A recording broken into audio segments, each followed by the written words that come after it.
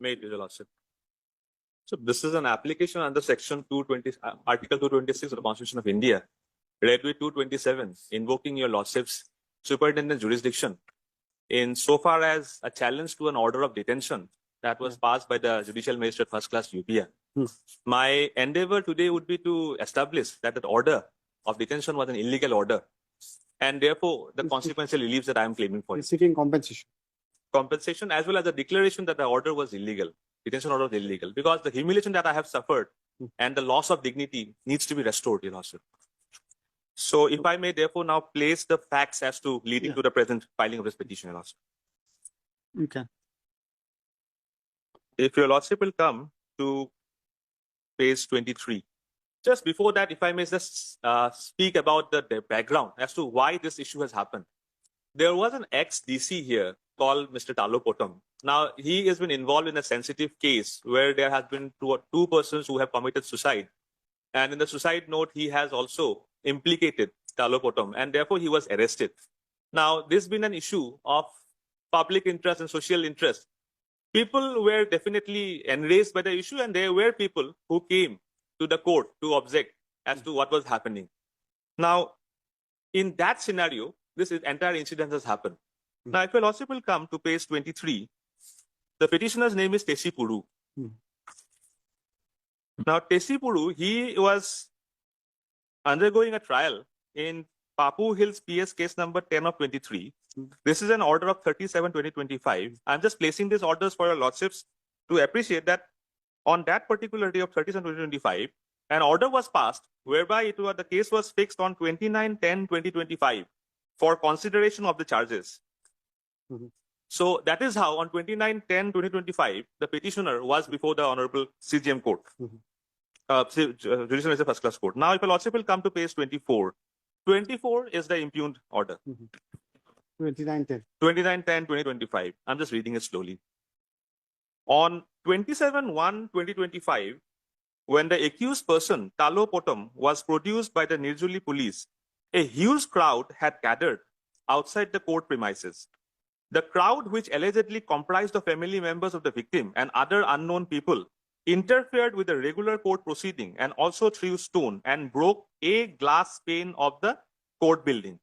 Tesipuru was seen instigating the crowd. He has also admitted that he was protesting on the day and was present when the accused Talopotam was produced. As such, Tesipuru is detained. OC PS Doimuk is directed to take Tesipuru and to process him as per law. The OC PS Doimuk is directed to ascertain his involvement into the matter, into the incident. He is also directed to ascertain the veracity of the video footage. Furnish a copy of the OC PS Doimuk for information and compliance. Now, therefore, one thing that is evidently clear from this order is the learned magistrate on that day was acting without there being any FIR or complaint, but merely on a presumption, I would say, to ascertain that his involvement, because he himself says that to ascertain his involvement in the incident. So therefore, it could be seen that there were no materials conspicuously available on record to indicate that the petitioner was involved in any offense, and that to an offense of 27/10. That is very important. When the offense occurred, alleged offense occurred, 27/10, and his involvement therein. Now, thereafter, if I would take Your Lordship. Okay, and it was wrong. It was on 27/10, right? 27/10 was the date of incident. Okay, it was, I think, wrongly typed here. 27/1. Oh, okay. No problem. That's not a problem. yeah. Oh, But yes, Your I'll Lordship. just Yes. It's cross-checking it. 27/10 is the correct date, Lordship. And on 29/10, I was there pursuant to a different case wherein I was summoned for consideration of charges. So therefore, I was there in that court on that day to appear in a different case. Now, if Your Lordship will come to page 25, Annexure 3.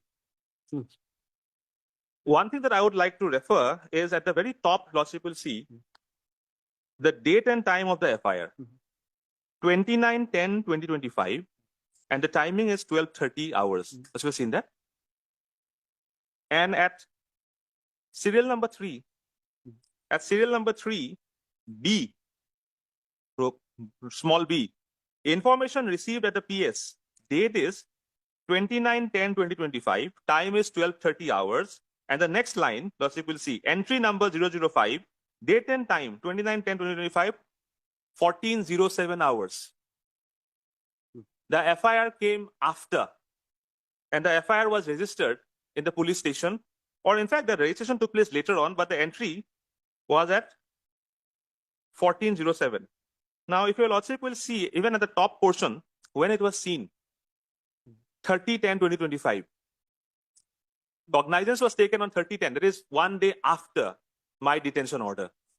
So therefore, on that particular day, and if I may just take your Lordships to the FIR also at page 28, I'm not a name accused here, page 28.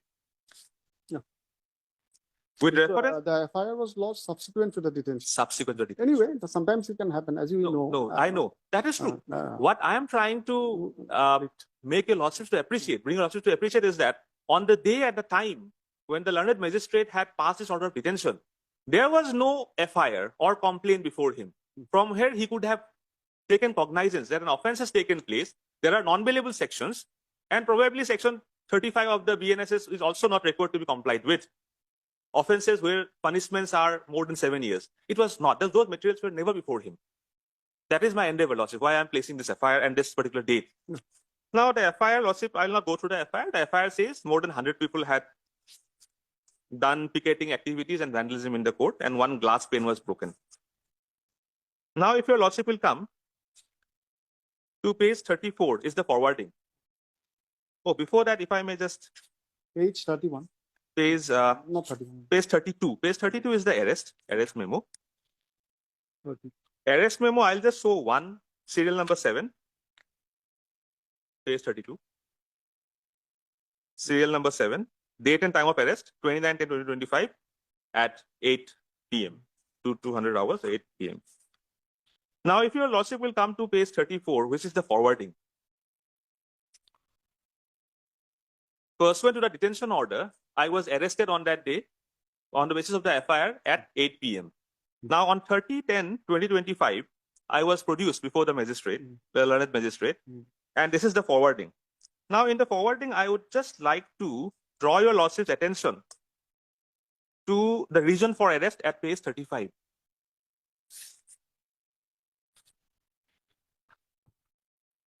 Page 35, reason for arrest. The accused was arrested because on 29/10/2025, in the forenoon, the Honorable Court JMFC UPIA has detained Sri Tesipuru during the court proceedings of his earlier Papu Hills PS case so and so on the charges of instigating the crowd of the protest rally against the alleged accused Sri Talopotam on 27/10/2025 during production in connection with Nirjuli PS case number 92 of 2005. So therefore, it also been indicated in this forwarding that it was pursuant to that order of detention that was passed by the JMC, the police had to arrest him. Now, if the sections that have been added to this case, if Lordship peruse the sections, all the sections are otherwise bailable, barring section 132 of the BNS, wherein also the punishment was not above 7 years. The punishment that it carries is not above 7 years. Therefore, had it been a case 132, section 132, which also finds reference in the order of bail that was given to me on that particular day by the learned JMFC, where he indicates that the other sections are bailable, only 132 is non-bailable. Now at page 37, on 30/10/2025, this is an order passed by the same judicial magistrate.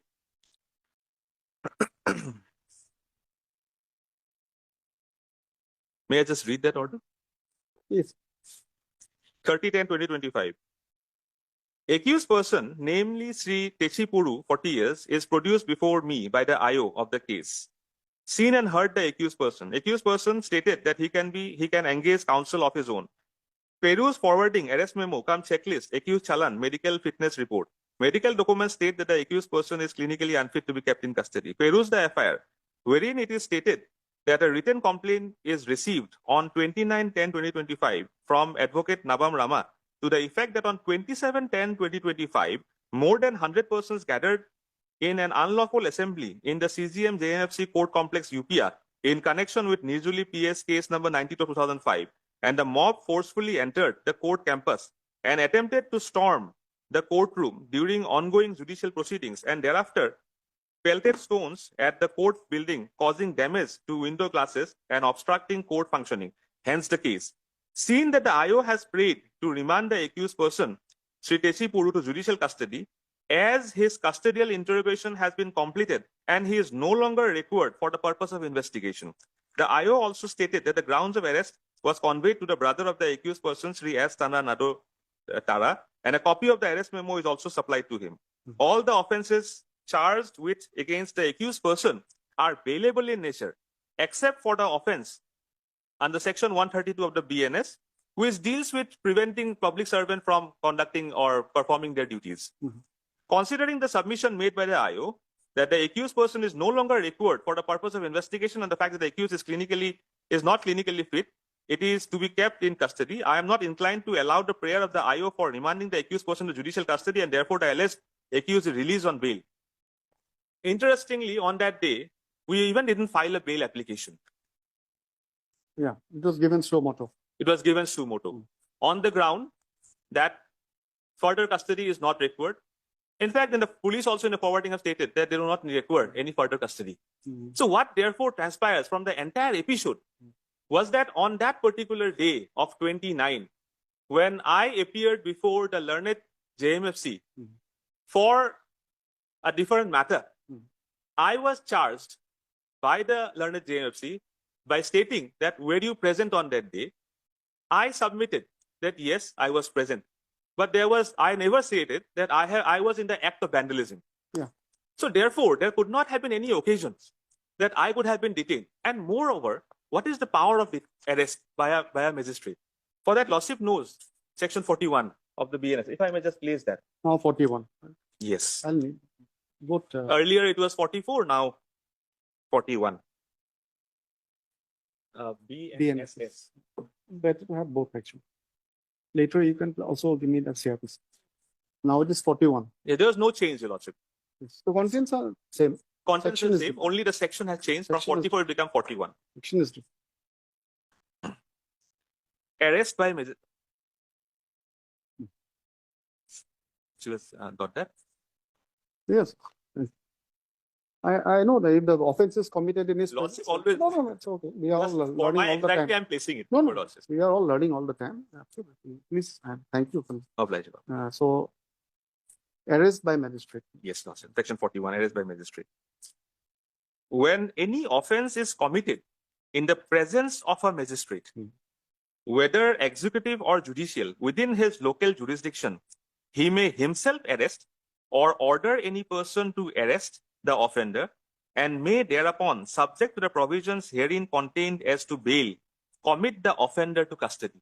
So therefore, the condition precedent to exercise section 41 would be the occurrence of a crime, a cognizable offense, in his presence. Just to give an example, someone comes in the court and he starts inside the court, he starts behaving in a manner which is not befitting a person, and there is an occurrence of a crime, like he assaulted the witness. Therein, at that point, the magistrate definitely has the power to take him into custody, to detain him. But herein is a Arrest case, him. Actually. Yes. because And, arrest before detention, arrest will have to come. yeah, I mean, Yes, because first is to put him under arrest and then to hold him in detention. So arrest is followed by detention. So in my view of the matter, therefore, on that particular day of 27, the occurrence had occurred, the situation has occurred. Now, on 29, there was no offense been presented or been unfolded on that day. So he could not have taken recourse to section 41. And if section 41 is not to his aid, then there is no other statutory backing based on which he could have detained. Another aspect of the matter is, there was no FIR in front of him, no complaint in front of him, based on which the learned magistrate could have acted. no, in a case, classic case where 41 would be attracted, then initially they may not be an FIR. The offense is committed, as you gave the example. Yes, Lordship. That's not an issue. Yes, Lordship. The offense is committed in your presence. You are a magistrate. Yes, yes. You arrest a person, and then of course something else, GD entry will be there. Correct, Lordship. Correct. And then maybe the FIR can. Correct. happen. But then But the detention has to follow the arrest. yes, but the fact remains, So the those things offense have to has be to, examined. the offense has to occur Yes, in front of yeah, one's eye. because the foundational facts of invoking Section 41 will have to be there. Exactly. So that is why I say That is commission of an offense before a magistrate. yes, right? Lordship. And that is why I say, therefore, this order of detention may be for 24 hours, but then it's a infringement of my personal liberty as guaranteed under the Constitution. An aware citizen will be aggrieved if it is Yes, not according to law. Even for an hour, he will be aggrieved. Yes, Lordship. And that is why we have got People are as unable on to- date, Lordship, today the notice can be Yes, notice can be issued, and then I'll just narrate if he has for subsequent court. Yes. Let them file their replies. Yes, ma'am. Responded. You already appearing. Yes. Yeah, so you can text it. The learned. Should I dictate? The petitioner, Mr. Sharma. Yes, Mr. Sharma, learned counsel, for the writ petitioner, who has invoked the jurisdiction under the Constitution of India with the grievance that he was wrongfully detained and arrested by learned JMFC Papum Pare on 28. They have UPA, I think. You- This is how it designates. Just help me with the date. On 29/10. Yes, Lordship. On 29/10/2025, which was subsequently followed by registration of the case. In a nutshell, the learned counsel contends that the grounds for invoking the powers of arrest by the magistrate were lacking, and due to such illegal detention followed by arrest, though the petitioner was subsequently granted bail by the learned JMFC, but he is ventilating his grievances for this court regarding violation of constitutional rights and seeking a declaration for the detention/arrest to be declared illegal, and also seeking compensation under public law under Article 21 of the Constitution. And the Supreme Court judgment said there that. And the settled law governing the field.